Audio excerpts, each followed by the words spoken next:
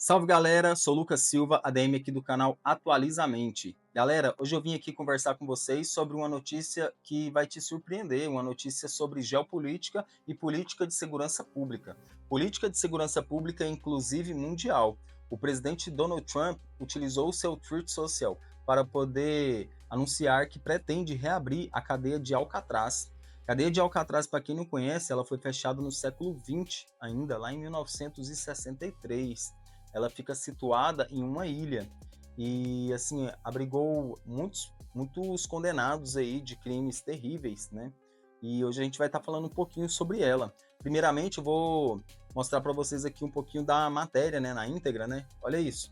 Na manhã de 5 de maio de 2025, o presidente Donald Trump utilizou sua plataforma no Truth Social para anunciar que havia ordenado às agências federais, incluindo a Bureau of Prison, o Departamento de Justiça, o FBI e o Departamento de Segurança Interna, que iniciassem imediatamente os planos de reconstrução e reabertura da antiga penitenciária de Alcatraz. Mano, muito louco. Vou mostrando imagens para vocês aí da prisão, né? E como que ela está hoje em dia, né? Fechada desde 1963, segundo Trump, o objetivo seria criar uma instalação substancialmente ampliada, capaz de abrigar os criminosos mais implacáveis, né? Aquela galerinha lá, né, de facção, de máfia, vocês já conhecem, né? Tem muito aqui no Brasil. A quem ele se referiu como os rejeitados da sociedade. Essa decisão faz parte de uma série de medidas punitivas promovidas pela sua administração, que inclui desde o envio de imigrantes com antecedentes criminais para Guantánamo até acordos controversos para transferências de detentos a prisões de El Salvador. A repercussão imediata da ordem também envolveu um comunicado da própria Bureau of Prison, afirmando que cumpriria a determinação, mas reconhecendo os desafios logísticos e econômicos. E galera, vou estar lendo aqui um pouquinho para vocês sobre o passado lendário de Alcatraz. Originalmente aberto em 1934 como uma prisão federal de segurança máxima, Alcatraz ganhou muita notoriedade por abrigar um dos criminosos mais procurados dos Estados Unidos, criminosos de muita notoriedade na época, como o Al Capone, que muita gente conhece, e George McGinnis. Localizado em uma ilha de acesso complicado na Baía de São Francisco, a penitenciária era conhecida pela sua rigidez, isolamento quase total, rígido regime de silêncio e condições climáticas adversas, reforçadas pelos ventos gelados e pelo mar agitado, claro, né? Lembrando que é uma prisão em uma ilha isolada. Devido aos altíssimos custos de manutenção, estimados em até 3 vezes mais do que uma penitenciária normal, convencional na época, né? E as inúmeras fugas e tentativas de fugas, então teve sim fugas em Alcatraz. Depois eu vou estar trazendo aqui para vocês sobre as fugas. O governo federal decidiu encerrar as operações em 21 de março de 1963. A partir de então, o local passou a ser administrado pelo National Park Service, como um dos principais atrativos turísticos de São Francisco. Galera, a galera simplesmente vai lá visitar a cadeia. Recebendo mais de 1 milhão de visitantes por ano só na última década. Caralho, muita gente. Mas assim, dá sim, né, certa curiosidade, né, por ser complexo o espaço, né, lá, o local também é diverso. Vamos falar um pouquinho aqui sobre as motivações políticas e retórica, né? Para Trump, Alcatraz representa muito mais do que pedras e grades.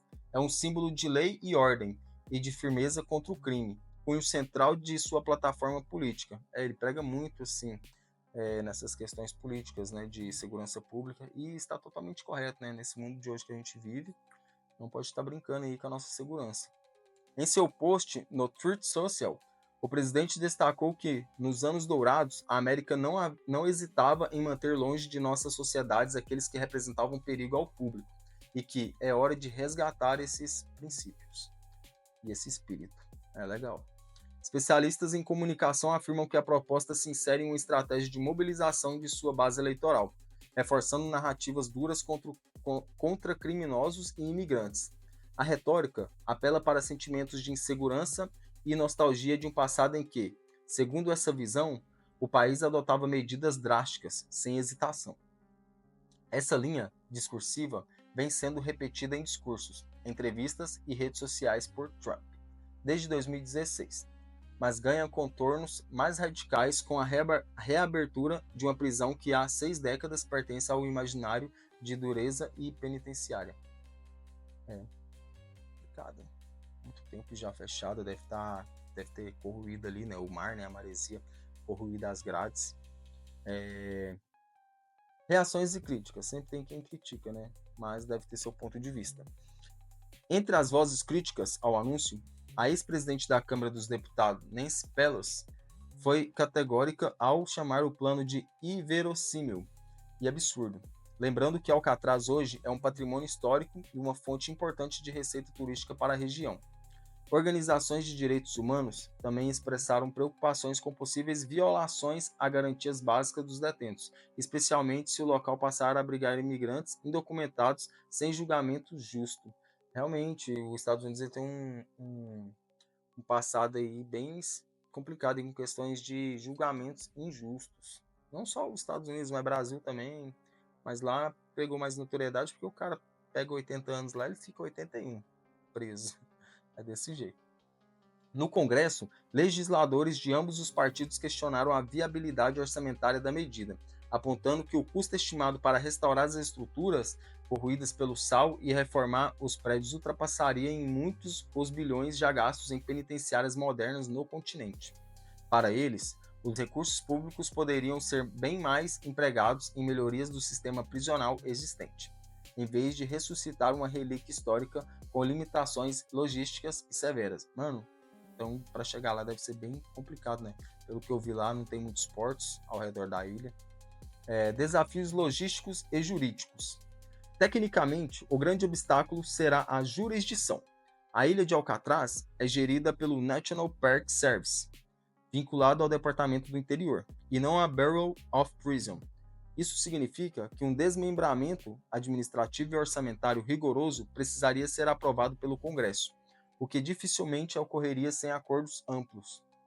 Além disso, a delicada infraestrutura da ilha, prédios desgastados pela maresia, sistemas elétricos e hidráulicos defasados, a ausência de acesso terrestre e necessidade de transporte constante de insumos básicos demandaria um plano de restauração completo, com previsão de gastos que especialistas estimam em até 5 bilhões de dólares, só em reparos iniciais. Eu acredito que seja muito mais que isso, mano. Eu acredito que chegue ali na casa dos 100 bilhões tranquilo. A questão ambiental também não pode ser desprezada. O ecossistema insular abriga aves marinhas protegidas, cujo impacto precisaria ser estudado antes de qualquer obra em larga escala. O futuro incerto de Alcatraz. Diante das divergências, o anúncio de reabertura de Alcatraz ainda se encontra mais no plano simbólico do que em uma realidade concreta. Até o momento, nenhum projeto detalhado foi apresentado ao Congresso. Nem existe previsão oficial de cronograma ou orçamento final. A proposta, embora aprovada em redes sociais pela base mais radical de Trump, enfrenta barreiras políticas, jurídicas e orçamentárias, que colocam em xeque sua execução. Mano, é muita grana. A gente está falando aqui de quase 100 bilhões de dólares, se for para colocar na ponta da caneta mesmo. Só em reparo inicial seriam 5 bilhões. Enquanto isso, a ilha de Alcatraz continua a receber turistas de todo o mundo, curioso, preservando seu legado de mistério e um passado penal que fascina a cultura popular. Se o plano avançar, transformará não apenas as estruturas físicas, mas também a memória coletiva sobre o local, substituindo histórias de rebeliões e fugas falhas por um novo capítulo de lei e ordem, estilo Trump, cujo desfecho permanece envolto em incertezas. Galera, se você curtiu, continua aí que eu vou trazer um pouquinho aqui sobre o Al Capone.